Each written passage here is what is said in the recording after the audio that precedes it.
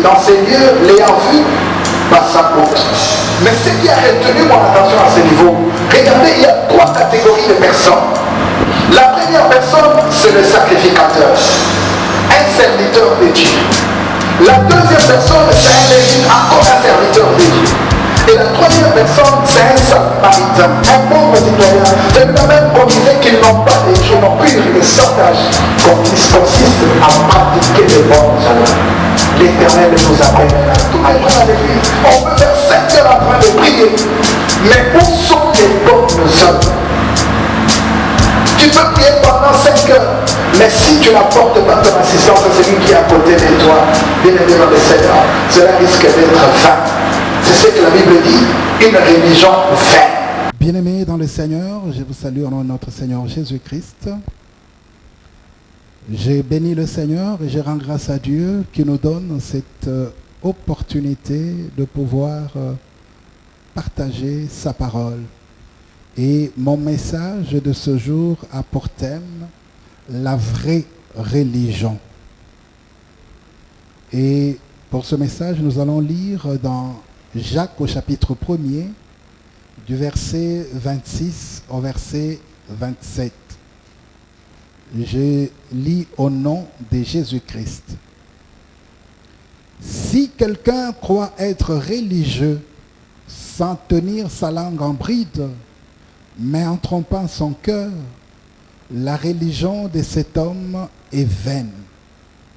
La religion pure et sans tache devant Dieu notre Père consiste à visiter les orphelins et les veuves dans leurs afflictions et à se préserver des souillures du monde. Parole du Seigneur. Bien-aimés, nous allons parler de la vraie religion. Et si nous disons vraie religion, si nous évoquons la vraie religion, cela signifie ou sous-entend qu'il existe une fausse religion ou une religion vaine. Puisque le faux existe ou une religion vaine existe, alors il faut éviter de se retrouver dans cette religion vaine. Et puisque la religion gravite ou tourne autour de Dieu, d'un être supérieur en qui nous croyons et de qui dépend notre destinée, il est important de comprendre cette religion telle que lui-même Dieu la comprend pour pouvoir être dans le vrai. Et en ce début de l'année 2021, au regard du temps qu'il fait, il nous faut être dans le vrai et manifester la vraie religion. Car tous les signes de temps indiquent que le retour de Christ est imminent. Il nous faut donc nous conformer aux exigences de la vie chrétienne. La religion renvoie à tout ce qui a trait à la vie chrétienne. Et le Seigneur nous appelle à manifester la vraie religion. Qu'est-ce qui caractérise cette vraie religion ou une religion pure et sans tache? La première chose donc, ou la première caractéristique, c'est de faire du bien ou de pratiquer les bonnes œuvres. Donc la première chose dont je vais parler dans ce message, c'est faire du bien ou pratiquer les bonnes œuvres. Bien-aimés dans le Seigneur, la vraie religion, ainsi que nous venons de le lire, consiste à vivre dans leurs afflictions. Il est question de pratiquer des bonnes œuvres. Il est question de consoler, de soutenir les vulnérables, les réconforter, les aider ceux qui sont dans le besoin. Parce que la Bible dit, la vraie religion consiste à visiter les orphelins et les veuves dans leurs afflictions. Bien-aimés, cela représente tous ceux qui sont dans le besoin. Donc, la vraie religion consiste à pratiquer des bonnes œuvres.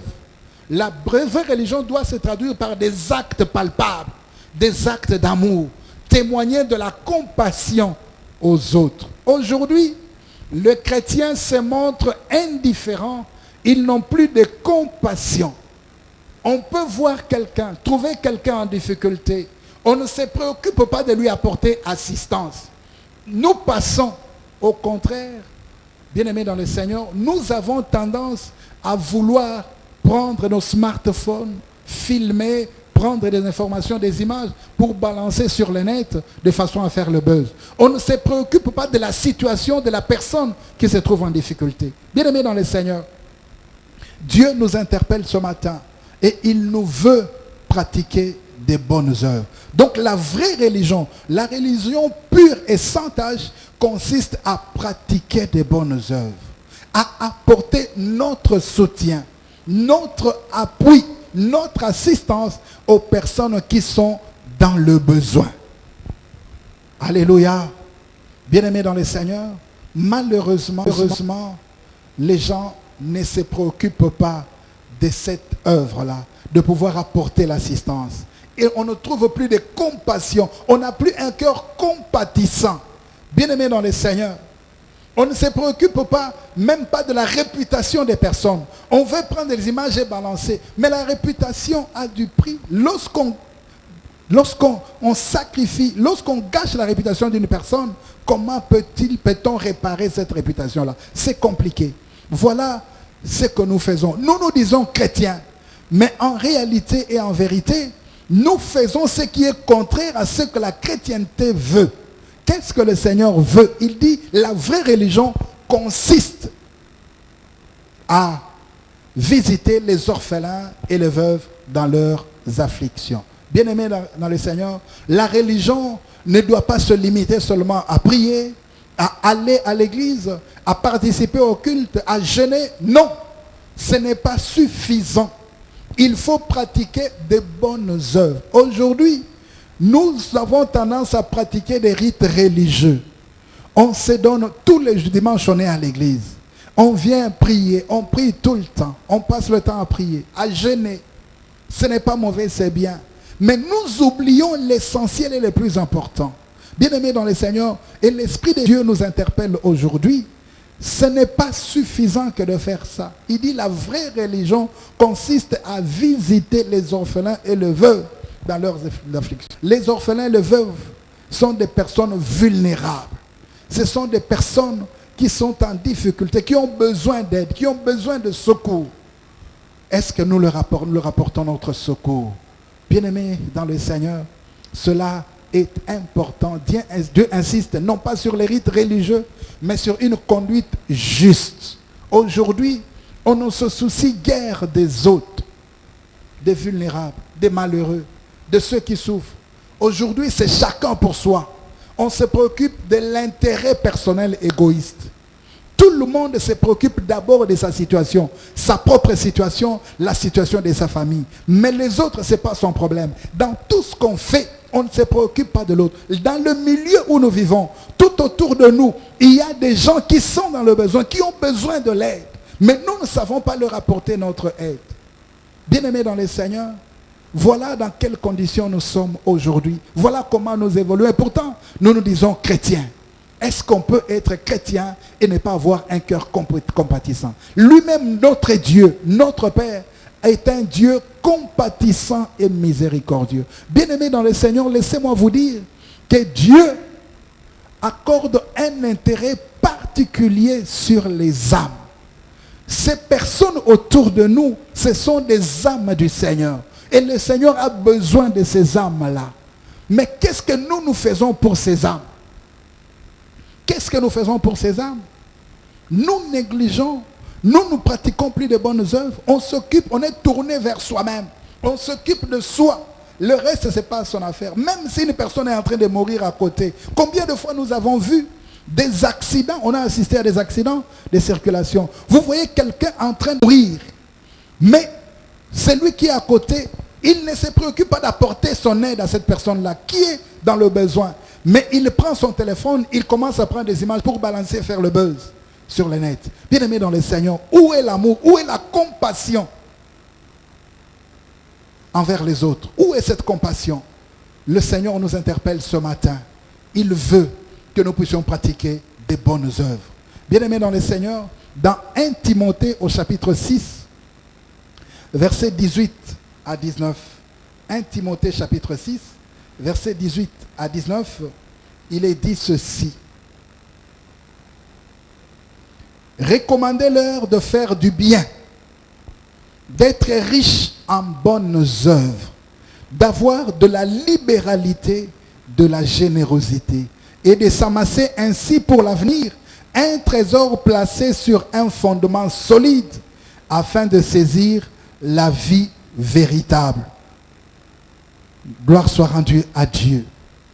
Recommande-leur de faire du bien, d'être riches en bonnes œuvres, d'avoir de la libéralité, de la générosité. Recommande-leur de faire du bien. Est-ce que nous faisons du bien? Bien-aimé, tu ne vas pas dire que non, je ne sais pas le faire parce que je n'ai pas de moyens. Chacun d'entre nous, selon le moyen dont il dispose, est à même, est capable de faire du bien. Il est capable de pratiquer de bonnes œuvres. Parce que ce que tu considères comme rien, pour les autres, c'est essentiel et c'est important, c'est indispensable. Donc chacun, à son niveau, peut pratiquer les bonnes œuvres, peut faire du bien. C'est important et c'est ce que le Seigneur nous appelle à faire. Bien-aimés dans le Seigneur, nous devons éviter le chacun pour soi. On va à l'église, on prie, mais celui qui est à côté de nous manque même le minimum vital. Et nous disons chrétiens, où est la compassion des âmes? Dieu recherche une piété pratique qui témoigne de la compassion aux autres. Il faut passer aux actes. Quels sont les actes que nous nous posons? Bien-aimé dans le Seigneur, tu es chrétien. Qu'est-ce que tu fais pour les gens qui sont autour de toi? Qu'est-ce que tu fais pour les gens qui sont à côté de toi? Qu'est-ce que tu fais pour tes frères et sœurs qui sont à tes côtés? Bien-aimé, le prochain dont on parle, ce n'est pas seulement un membre de ta famille, ce n'est pas seulement un membre de ta famille, un frère biologique, une sœur biologique. Non. Dans Luc au chapitre 10, nous allons lire cela, versets 30 à 37, il est dit ceci. Et c'est Jésus-Christ qui était en train de répondre à un docteur de la loi qui lui avait posé la question de savoir qu'est-ce qu'il faut faire pour hériter la vie éternelle. Dans Luc au chapitre 10, versets 30 à 37, la Bible dit, Jésus reprit la parole et dit, un homme descendait de Jérusalem à Jéricho, il tomba au milieu des brigands qui le dépouillèrent, le chargèrent de coups et s'en allèrent, le laissant à demi-mort. Un sacrificateur qui fortuitement descendait par le même chemin, ayant vu cet homme, passa outre. Un lévite qui arriva aussi dans ces lieux, l'ayant vu, passa outre. Mais un samaritain qui voyageait, étant venu là, ému de compassion lorsqu'il le vit, il s'approcha et banda ses plaies en y versant de l'huile et du vin. Puis, il le mit sur sa propre monture, le conduisit à une hôtellerie et prit soin de lui. Le lendemain, il tira 2 deniers, les donna à l'hôte et dit, « Aie soin de lui, et ce que tu dépenseras de plus, je te les rendrai à mon retour. » Lesquels de ces 3 te semble avoir été le prochain de celui qui était tombé au milieu des brigands? C'est celui qui a exercé la miséricorde envers lui, répondit le docteur de la loi. Et Jésus lui dit, va et toi, fais de même. Amen. Bien-aimés dans le Seigneur, voilà l'histoire que Jésus raconte à ces docteurs de la loi qui voulaient savoir ce qu'il fallait faire pour hériter de la vie éternelle. Bien-aimés dans le Seigneur, mais ce qui a retenu mon attention à ce niveau, regardez, il y a 3 catégories de personnes. La première personne, c'est le sacrificateur, un serviteur de Dieu. La deuxième personne, c'est un lévite, encore un serviteur de Dieu. Et la troisième personne, c'est un samaritain, un pauvre citoyen. C'est lui-là même qu'on disait qu'ils n'ont pas Dieu avec eux. Comme nous le faisons, nous disons que les païens ne connaissent pas Dieu, ils n'ont pas Dieu. Mais voilà que ceux qui se disent serviteurs, un sacrificateur, un lévite, ils sont passés à côté de quelqu'un qui était dans le besoin. Ils sont passés outre. Combien de fois n'as-tu pas fait la même chose? Combien de fois n'es-tu pas comporté de la même façon? Chaque fois que tu as vu quelqu'un à côté de toi qui était dans le besoin, au lieu de lui apporter assistance, tu es passé également outre. Tu t'es comporté de la même façon que ces sacrificateurs, serviteurs de Dieu, enfants de Dieu. Combien de fois les gens ont besoin de ton secours, de ton aide, mais tu ne l'as pas fait. Ce ne sont pas les moyens qui te manquaient, mais tu ne lui as pas apporté l'assistance dont il avait besoin, le secours dont il a besoin. Où est le cœur compatissant? Où est la compassion des âmes? Voilà un serviteur de Dieu. Et c'est un pauvre, un samaritain, qui lui s'arrête. Il prend soin de cet homme-là. Et il ne l'abandonne même pas là. Il le prend encore, il le met en lieu sûr. Il paye de son argent. Et il va, il dit avec un engagement, donnez-lui les soins, administrez-lui les soins qu'il lui faut, les soins nécessaires. Mais s'il manque quelque chose, je reviendrai, je vais compléter. Bien-aimés dans le Seigneur, voilà ce que le Seigneur nous recommande. Voilà les bonnes œuvres. Est-ce qu'on peut encore trouver les bonnes œuvres aujourd'hui? Bien-aimés, la vraie religion, c'est cela, pratiquer des bonnes œuvres. Où sont les bonnes œuvres? Est-ce que nous pratiquons les bonnes œuvres? Nous nous disons chrétiens. Est-ce que nous sommes réellement chrétiens? Le vrai chrétien, il doit être caractérisé par un cœur de compassion, par l'amour. Bien-aimé, on ne peut pas accomplir de bonnes œuvres si on n'a pas l'amour. Il faut avoir de l'amour pour pratiquer les bonnes œuvres. Cet homme-là, ce Samaritain, avait de l'amour pour cet homme qu'il ne connaissait pas. Bien-aimé, les bonnes œuvres, on ne les pratique pas seulement envers des personnes que nous connaissons, pas seulement envers des personnes qui peuvent nous rendre l'appareil. Bien-aimé dans le Seigneur, non. Si nous faisons de cette façon-là, nous agissons de cette façon-là, nous ne sommes pas différents des païens. Parce que ça, les païens aussi le font. Ils donnent avec l'intention de recevoir quelque chose de retour. Ce n'est pas ça dont le Seigneur parle. La vraie religion, la religion pure et sans tache, consiste à pratiquer des bonnes œuvres, à aider les autres, ceux qui sont dans le besoin. Nous devons apprendre à poser, à accomplir des bonnes œuvres. Nous devons apprendre à apporter notre assistance à ceux qui sont dans le besoin. Chacun selon les moyens dont il dispose. Tu as des moyens. Bien-aimé dans le Seigneur, tu peux avoir 2, 3 choses, mais l'autre n'en a pas. Il n'a rien. Enlève une chose et donne à cette personne-là. Bien-aimé, ce sont ces bonnes œuvres-là qui vont plaider en ta faveur. Je connais une femme dans la Bible ici qui était morte. Bien-aimé, ce n'est pas lorsque tu vas mourir, ce n'est pas lorsque tu vas être en difficulté que tu vas commencer à prier. Parce que ça peut arriver que tu n'arrives même plus à ouvrir la bouche pour parler. Ce n'est pas après la mort que tu vas commencer à intercéder.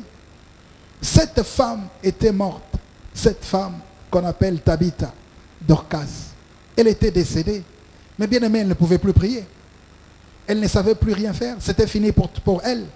Mais voilà, qu'est-ce qui a fait qu'elle reprenne vie? Ce sont les bonnes œuvres qu'elle avait pratiquées. Lorsque les gens se sont levés, à cause de ces bonnes œuvres, celui-ci est sorti, il est venu, il vient témoigner. Voilà cet habit que je porte. C'est à cause de cette femme qui m'a donné cet habit. L'autre dit, voilà, c'est elle qui a fait ceci pour moi. C'est elle qui m'a soutenu lorsque j'étais en difficulté. Non, elle ne mérite pas ces choses. Ils sont venus plaider la cause de cette femme. Ils sont venus intercéder pour cette femme auprès de l'homme de Dieu, pour qu'il fasse quelque chose en sa faveur. Et l'homme de Dieu a prié.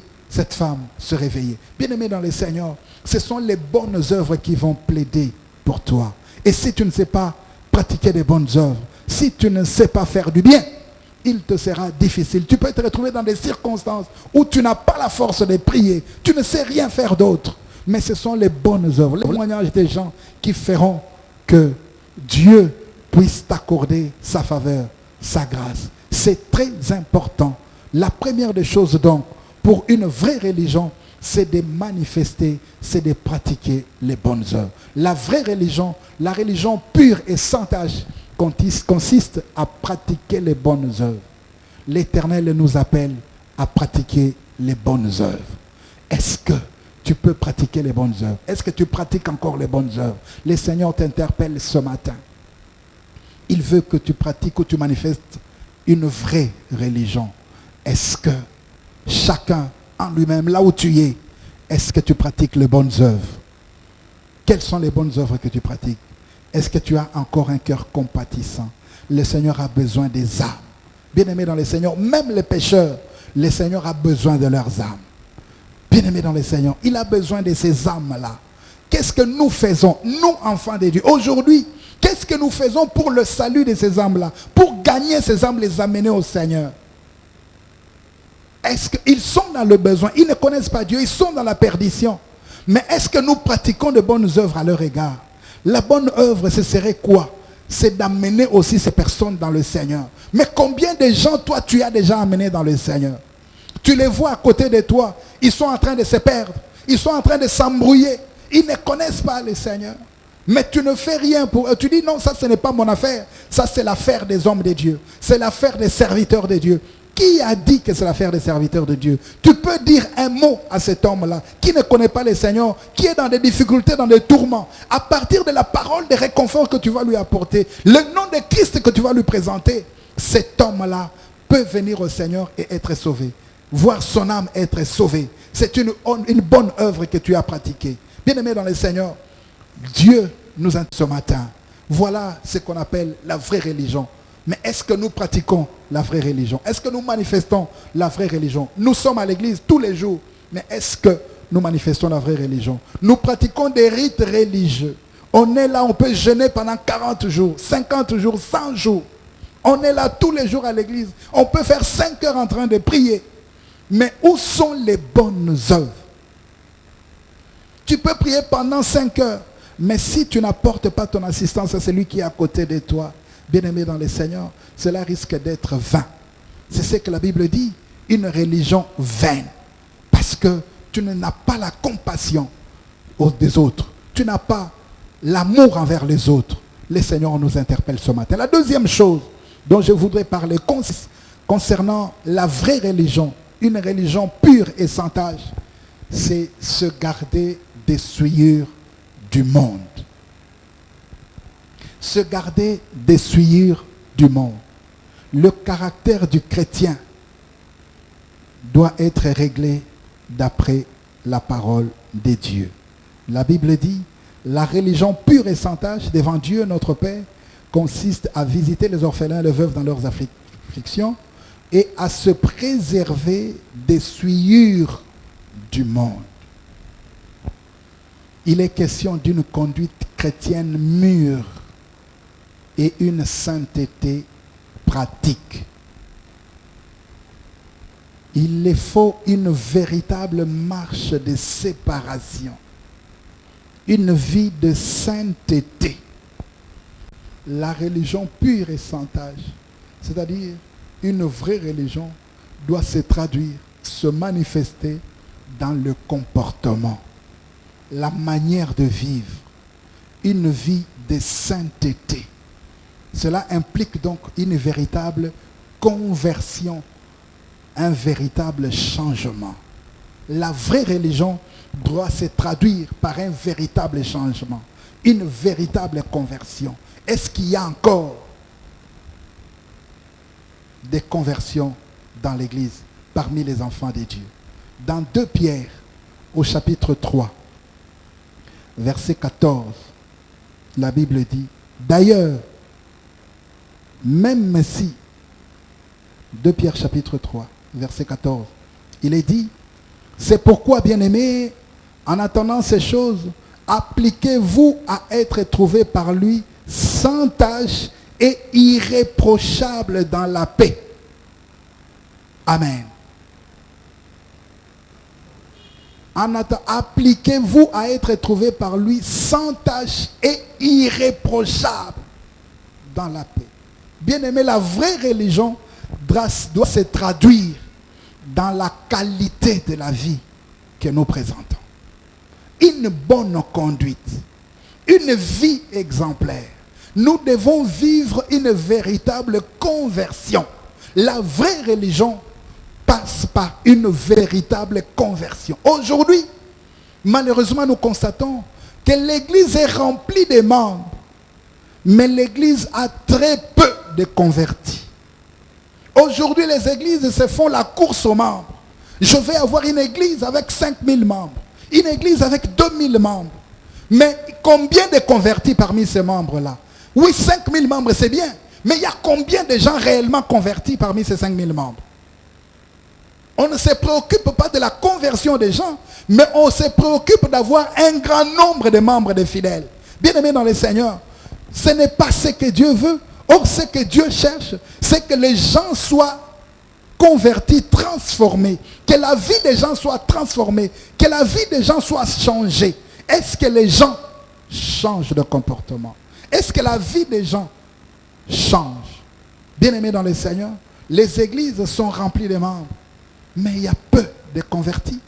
Est-ce qu'on trouve encore des convertis dans l'église? Aujourd'hui, bien-aimés dans le Seigneur, le monde s'essuie comme pas possible, alors que le nombre de chrétiens ne fait qu'augmenter. Alors que le nombre de chrétiens augmente, les gens continuent à s'essuyer et à s'essuyer davantage. Ce n'est pas normal. Alors que ça devait être le contraire. S'il y a un grand nombre de chrétiens, donc le mal devait également chuter, régresser. Mais aujourd'hui, l'église est remplie de membres, mais le mal ne fait que s'accroître, augmenter davantage. Ça veut dire que l'église est en train de rater la mission. Et nous sommes dans l'église. Nous disons chrétiens, nous disons que nous pratiquons la religion, que nous manifestons la religion, mais de quelle religion s'agit-il? La vraie religion, c'est se garder des souillures du monde. Mais est-ce que les gens se gardent des souillures du monde? Est-ce que les gens dans l'église se gardent des souillures du monde? Aujourd'hui, l'église est devenue le lieu par excellence des souillures, où l'on trouve des gens qui s'essuient. Il n'y a pas de véritable conversion. Les églises sont remplies de membres, mais il y a peu de convertis. Dans 1 Thessaloniciens, au chapitre 4, le verset 10, dans le verset 1 à 8, la Bible dit: au reste, frères, puisque vous avez appris de nous comment vous devez vous conduire et plaire à Dieu, et c'est là ce que vous faites, nous vous prions et nous vous conjurons au nom du Seigneur Jésus de marcher à cet égard, de progrès en progrès. Vous savez en effet quel précepte nous vous avons donné de la part du Seigneur Jésus. Ce que Dieu veut, c'est votre sanctification. C'est que vous vous absteniez de la débauche. C'est que chacun de vous sache posséder son corps dans la sainteté et l'honnêteté, sans vous livrer à une convoitise passionnée, comme font les païens qui ne connaissent pas Dieu.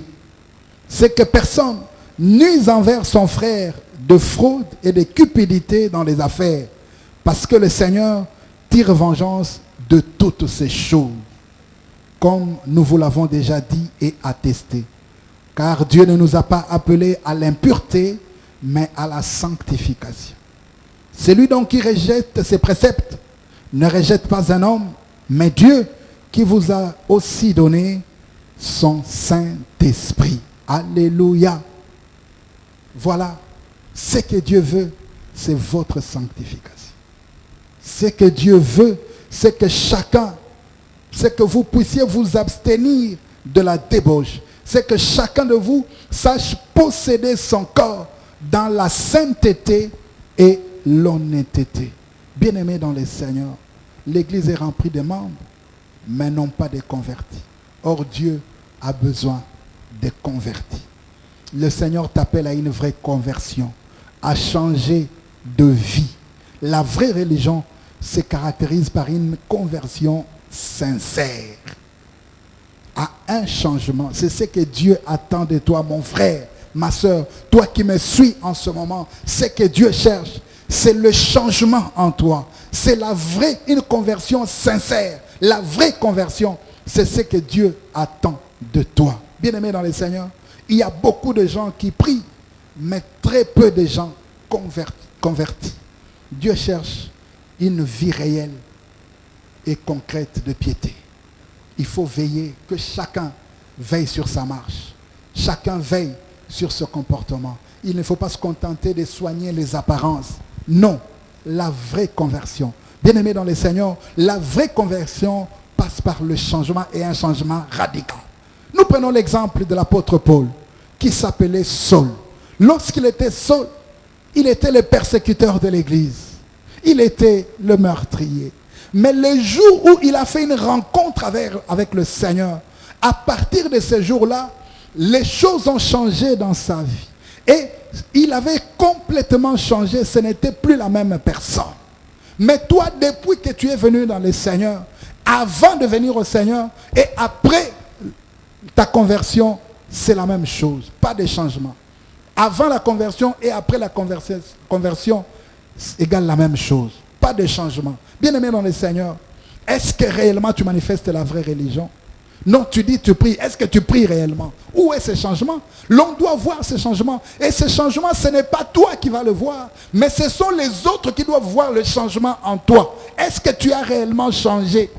Ceux qui t'avaient connu avant que tu ne connaisses le Seigneur, et ceux qui te connaissent maintenant, et même ces personnes-là, s'ils te voient aujourd'hui, est-ce qu'ils vont voir un changement en toi?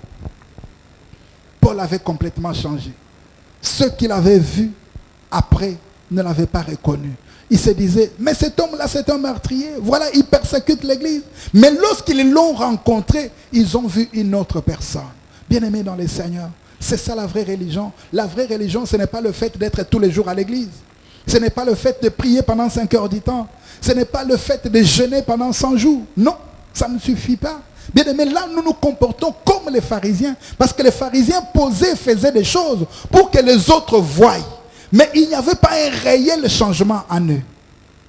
Ce n'est pas ça qui intéresse Dieu. La vraie religion, Jésus-Christ est en train de revenir. Il va revenir bientôt. Il a dit, trouverai-je de la foi?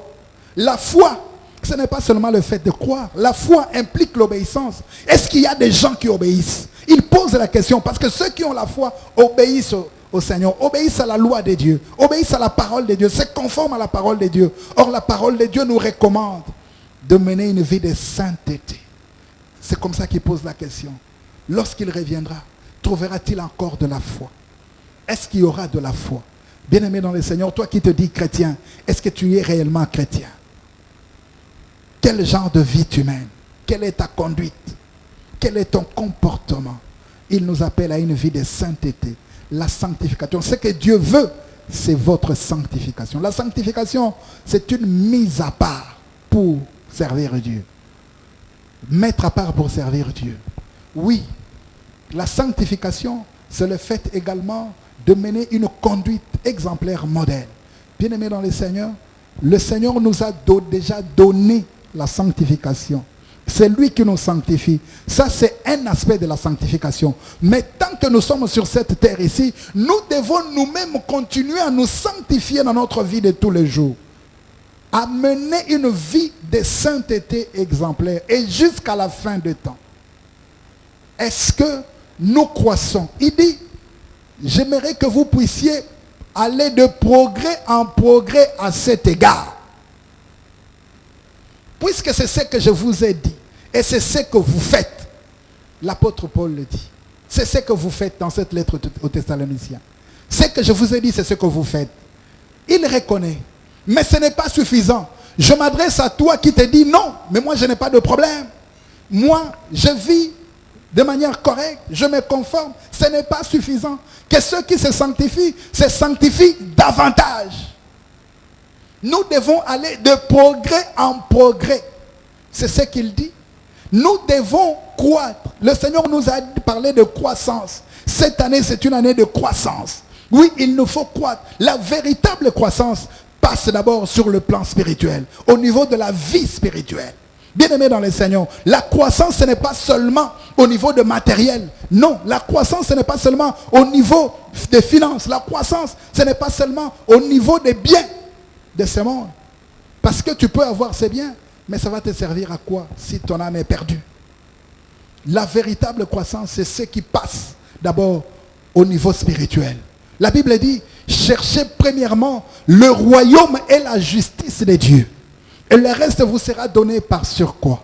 Ce qui est important, c'est d'abord le royaume et la justice. La Bible n'a pas dit, cherchez d'abord le surcroît. La Bible n'a pas dit, cherchez d'abord la bénédiction. Aujourd'hui, du 1er janvier au 31 décembre, on parle de la bénédiction. La bénédiction, ce n'est pas ce que Dieu nous a dit. Dieu ne nous a pas dit de chercher la bénédiction. Dieu a dit, cherchez le royaume. y a quelque chose que nous devons chercher, c'est le royaume. Ce n'est pas la bénédiction. Bien-aimé, laisse-moi te dire que la bénédiction, c'est un acquis pour tout enfant de Dieu. La bénédiction, c'est un droit pour tout enfant de Dieu. Tu ne peux pas être enfant de Dieu et ne pas être béni. Non. C'est un acquis, c'est un droit. Alors, nous n'avons pas besoin de perdre du temps pour ce qui est un droit pour nous. Un acquis. La Bible dit, cherchez le royaume. Donc, s'il y a quelque chose que nous devons chercher, c'est le royaume. Et le royaume passe par une vie de sainteté. Nous devons chercher. Ce que nous devons rechercher, c'est la sanctification. Ce que Dieu veut, c'est votre sanctification. Il vous appelle à vous sanctifier. Recherchez le royaume et la justice. Est-ce que nous recherchons le royaume? Non, nous cherchons plutôt le contraire, autre chose. Nous cherchons ce qui est un acquis. Il dit qu'il va vous le donner. Vous n'allez pas chercher. C'est un acquis. Il vous sera donné. Le reste vous sera donné. Il dit que vous n'allez pas chercher. Mais d'où vient que nous commençons aujourd'hui à chercher les bénédictions, à chercher les matériels, à chercher les biens de ce monde, alors qu'il dit le reste vous sera donné. Nous avons laissé l'essentiel. Voilà comment l'Église se détourne de la voie. Voilà comment l'Église est en train de se perdre. Le Seigneur t'interpelle. Quel genre de religion pratiques-tu? Quel genre de religion manifestes-tu? Le Seigneur nous appelle à une vraie religion. Une religion pure et sans tache. C'est ça cette religion. La religion qui se manifeste par une conduite modèle exemplaire. Par une vie de sainteté. Voilà la vraie religion. Bien-aimé, ça ne sert à rien de soigner les apparences. Il faut une véritable transformation. Avant la conversion ne peut pas être égale après la conversion. Non. La conversion, c'est se débarrasser de ce que l'on avait pour la remplacer par autre chose. Tu ne peux pas te convertir, prétendre être converti alors que tu reproduis les mêmes choses qu'avant. Il n'y a pas de conversion. Je vais vous donner un exemple. Lorsque quelqu'un a de la monnaie, vous avez une monnaie étrangère, vous avez des dollars, vous avez des euros, vous voulez faire la conversion de la monnaie. Vous avez besoin des francs congolais. J'ai un billet de 100 dollars. Je vais avoir de francs congolais. Je vais faire la conversion. Qu'est-ce que je fais? Je prends le billet de 100 dollars que j'ai, ou de 100 euros que j'ai, je donne à une autre personne. Qui fait quoi?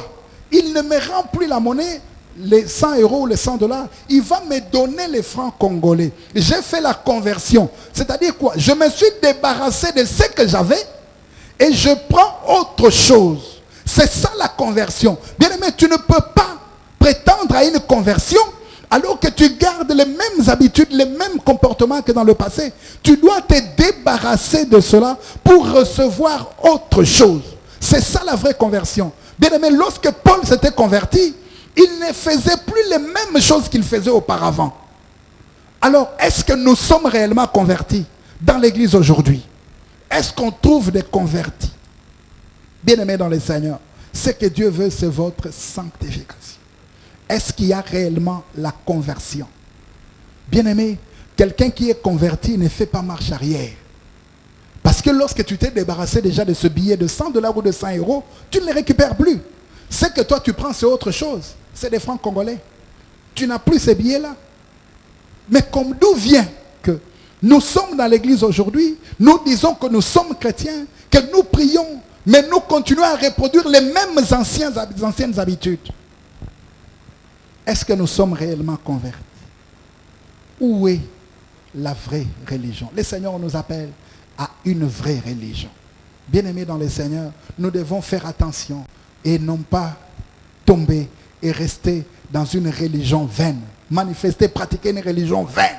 Ce que Dieu veut, c'est notre sanctification.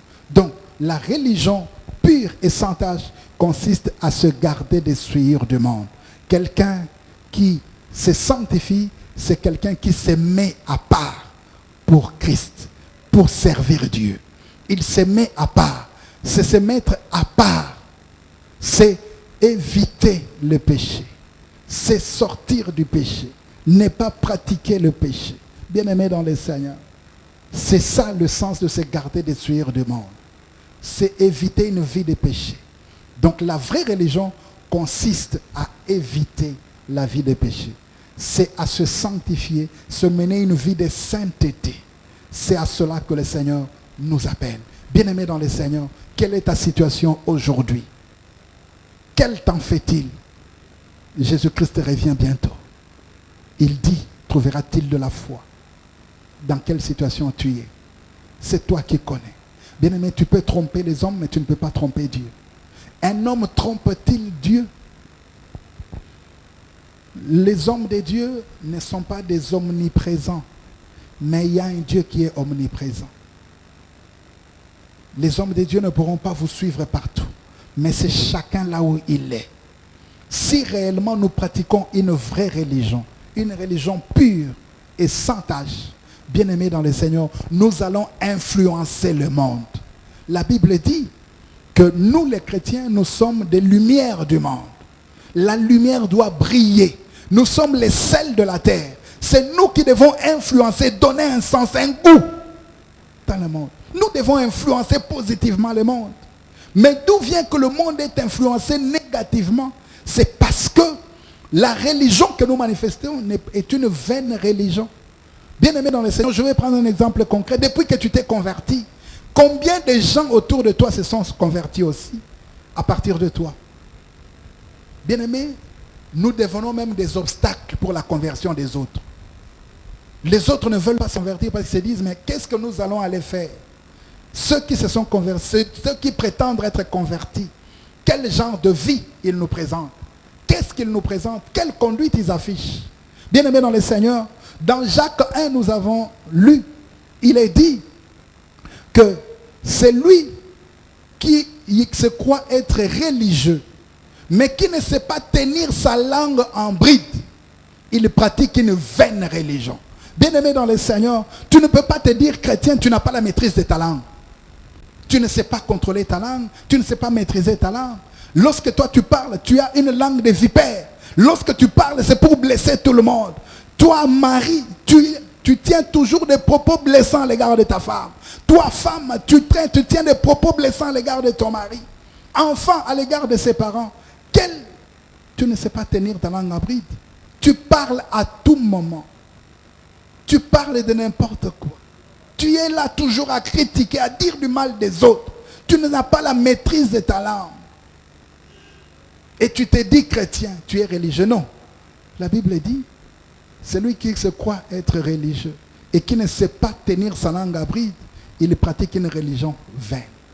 Donc la religion passe par la sanctification, par une vie de sainteté. Et la vie de sainteté exige également que nous ayons la maîtrise de notre langue.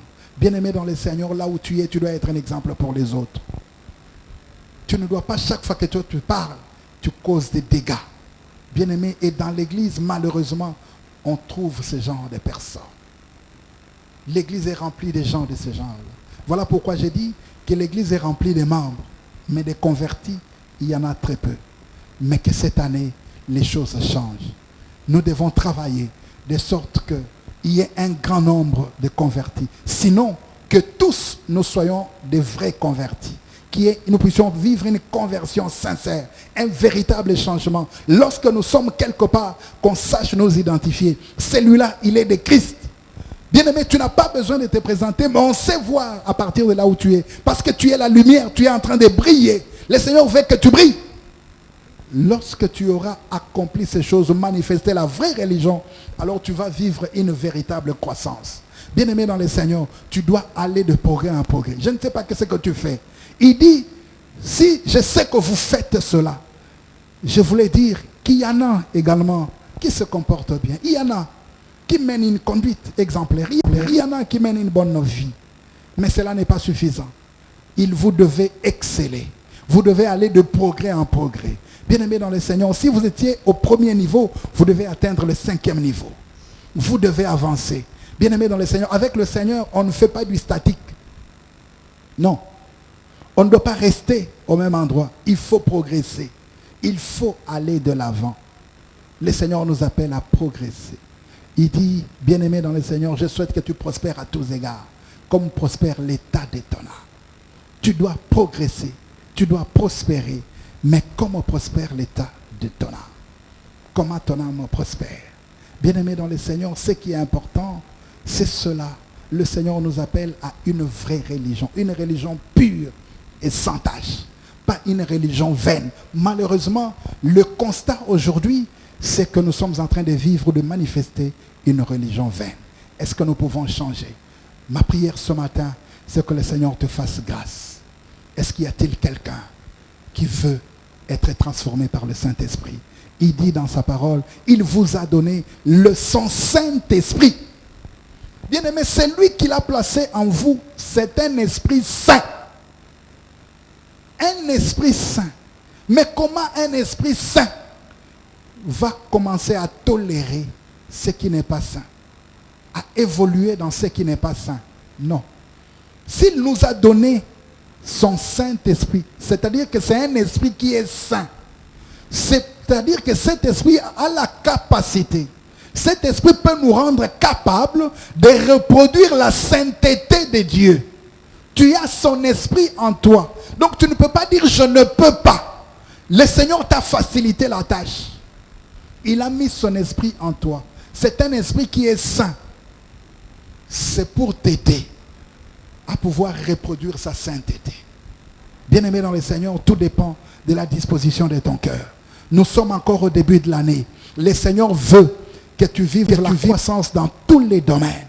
Mais ça doit commencer au niveau spirituel, au niveau de la vie spirituelle. Bien-aimé dans le Seigneur, tu dois croître spirituellement. Ne reste pas éternellement un enfant, un bébé. Tu dois évoluer. Si tu peux évoluer, tu vivras la croissance dans tous les autres domaines. C'est à cela que le Seigneur nous appelle ce matin. Bien-aimé, le Seigneur veut que nous puissions manifester une religion saine. Y a-t-il quelqu'un qui est touché par cette parole ce matin? Là où il est, je le demande de toucher son cœur et qu'il prie, qu'il s'adresse à son Dieu. Qu'il lui dise, Seigneur, je viens à toi. J'ai écouté ta parole ce matin. J'ai compris. Jusque-là, j'étais en train de manifester une religion qui était vaine. Une religion qui n'était pas une vraie religion. Mais à partir de maintenant, Seigneur, je vais être transformé. Seigneur, transforme-moi. Saint-Esprit, transforme-moi. Saint-Esprit, j'ai besoin de toi. Apporte-moi ton secours, ton soutien. J'ai besoin de toi. Bien-aimé, je voudrais que tu pries l'Éternel par rapport à ce message. Demande au Saint-Esprit de pouvoir t'aider. Et moi, je vais prier pour toi en fin de compte. Oui, là où tu es, ferme tes yeux. Parle à ton Dieu. Parle au Saint-Esprit ce matin. Dis-lui, j'ai besoin de ton secours, de ton aide. Aide-moi à pouvoir manifester une religion pure et sans tache. Prions le Seigneur.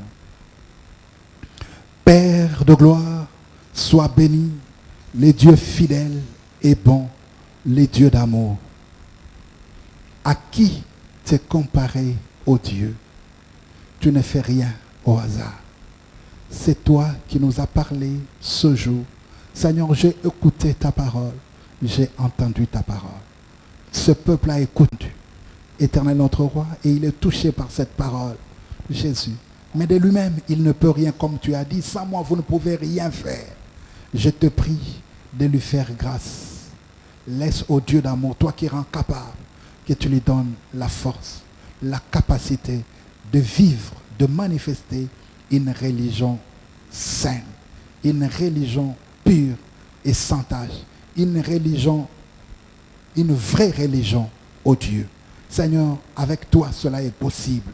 Éternel des armées, aide ton peuple, Seigneur, à pouvoir mener une vie de sainteté. Tu as dit ce que tu veux, c'est sa sanctification, Jésus. Éternel, aide le Seigneur à mener une vie de sanctification, une vie de sainteté. Seigneur Dieu d'amour éternel, chaque jour qui passe et tout le temps, laisse au Dieu d'amour, Jésus, que tu les rendes capables, qu'ils tiennent ferme dans cet engagement, ô Dieu. Ainsi ton nom sera élevé, ton nom sera béni. Qu'il en soit ainsi pour la gloire de ton Saint-Nom. Au nom de Jésus-Christ de Nazareth, je t'ai ainsi prié et tous ensemble nous disons Amen. Gloire soit rendue donc à notre Dieu. Que Dieu vous bénisse abondamment. Que Dieu vous fasse grâce. Je vous prie donc de pouvoir vous abonner à cette chaîne afin de pouvoir recevoir les autres messages qui vont venir prochainement. Que Dieu vous bénisse et à la fois prochaine.